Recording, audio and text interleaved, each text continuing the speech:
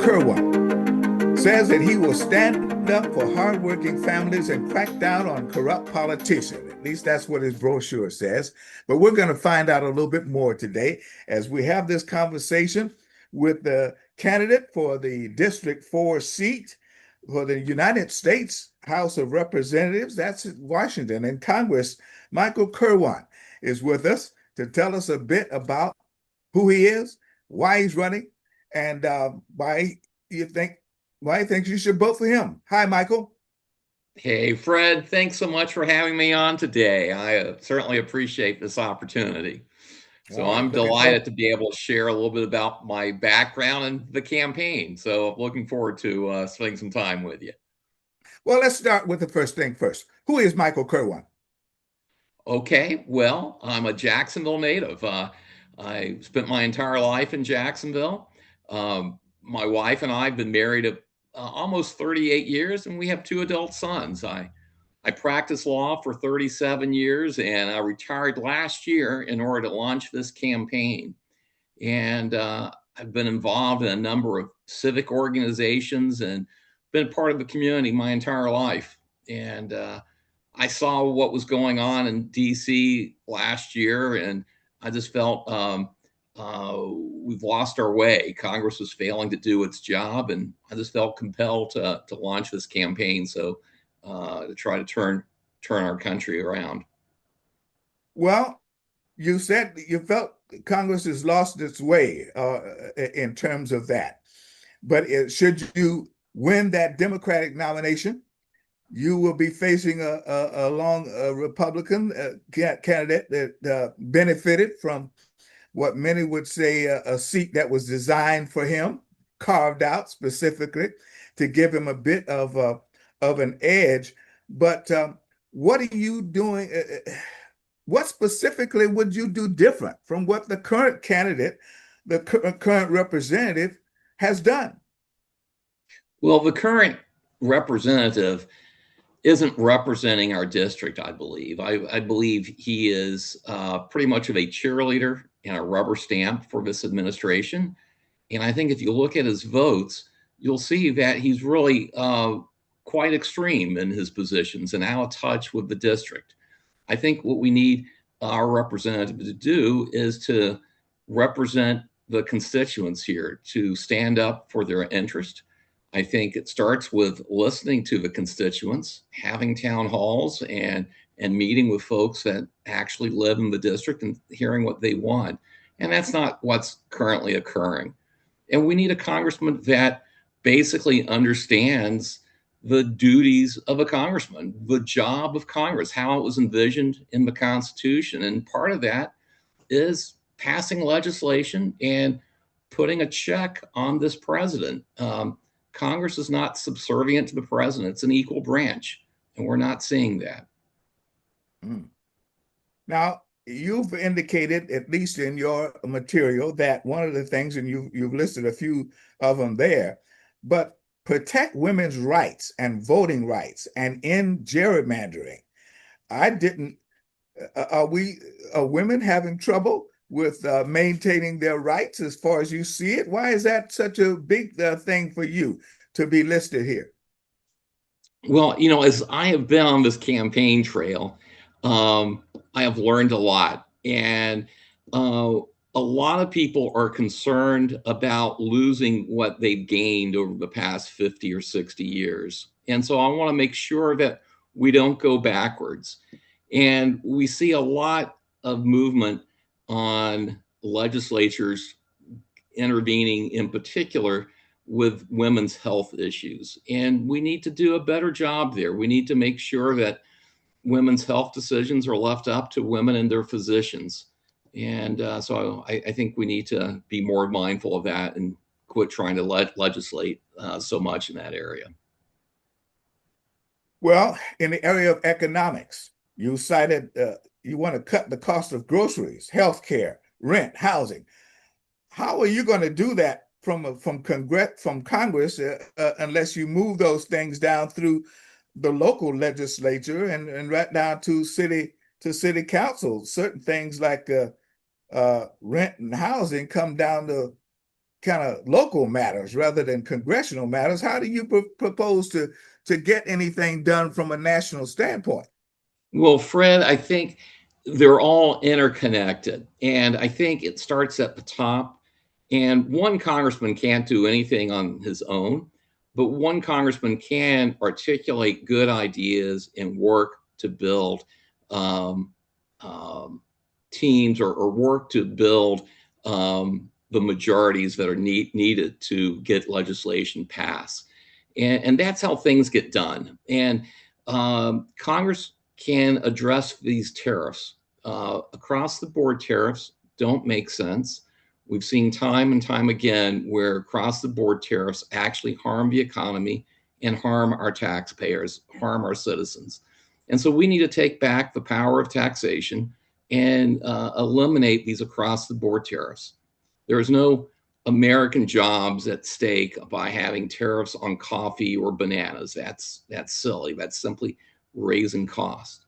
On housing, the cost of housing can be greatly affected by having tariffs eliminated, as far as the cost of goods being lower on what we import. We need to do a lot, Fred, and it's all interconnected. And in healthcare, we need to work more on strengthening primary care and mental health, and that'll go a long way toward reducing our healthcare cost overall. If we can be more proactive in helping people avoid getting sick instead of simply trying to help them once they're sick, I think that'll do a bunch. And we can talk about any of these issues at length, but let me stop there. Well, let's take a look at one other issue here. I want to touch on all of these that you've touched that are apparently important to you. We're in a Jacksonville, which is where I'm based at, and a couple other places around Florida have a tremendous amount of veterans. This is a tremendous veterans community that you would be representing in District 4. Um, and they have access to a number of services. What better care for veterans are you looking at other than what basically is there? We have a VA clinic, we have a VA hospital, we have all of that is well within the district that you represent. What do you see as lacking or could use more help from a federal standpoint? Yeah, so you're absolutely correct that we have a huge veterans population, not only active duty, but also veterans. In fact, our district might have one of the largest concentration of veterans in the country. And we've got some fine VA clinics on Jefferson Street at River City, or great facilities. I've toured those facilities, and I talked to the vets that are getting care there, and they are basically raving about the care they get. But the complaints are a couple of areas. One is they believe that the wait times are too long, that there's not enough VA doctors, healthcare practitioners. So the times between appointments are way too long. Mental health area is an area of great need throughout the country, not just with VA services, but there's too long of wait times for mental health in particular. There's a movement to outsource so much government services, including VA services, to the private sector. And there's a number of areas like trauma induced care that needs to be addressed that the private sector really isn't capable of addressing a large number of patients that have had combat induced trauma. So that needs to stay with the VA, I believe. Well, speaking as a veteran myself and one who goes to these clinics and have been to Veterans Hospital, a lot of the things that you mentioned there are certainly important. Um, but what would you be looking specifically to do? Would you just hold some hearings to get more specific about it?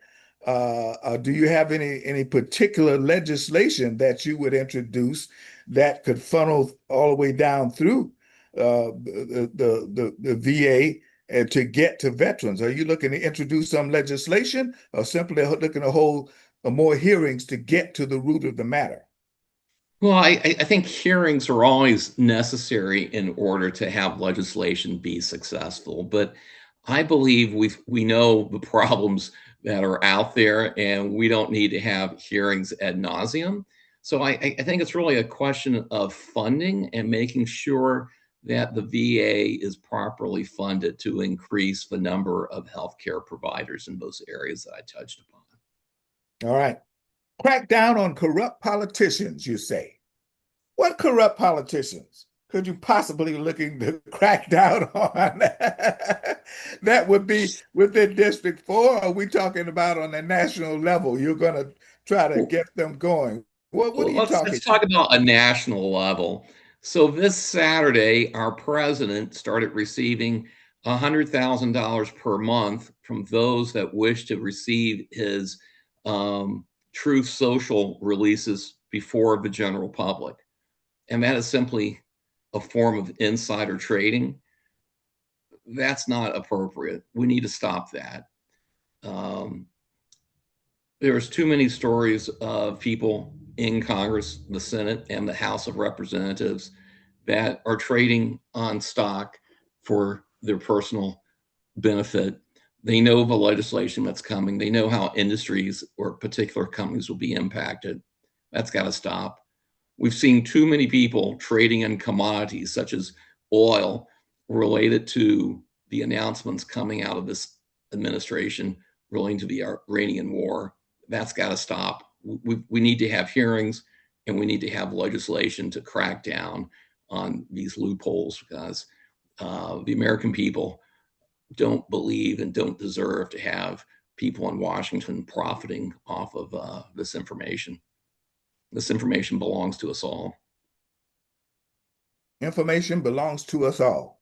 Once again, Michael Kirwan, you will be running for an important seat, District 4, United States Congress.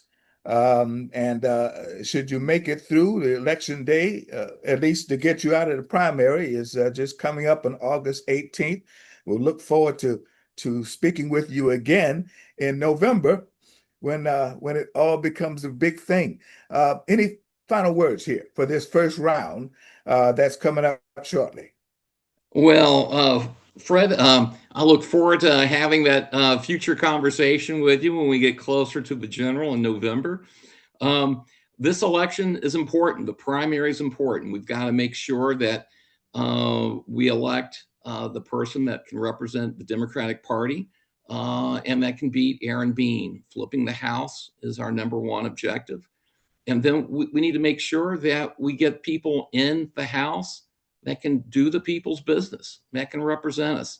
We've got too many people that have failed us over the years. And so we can't keep doing the same old thing and expect different results. We need to look hard at who our candidates are and make sure that they are qualified.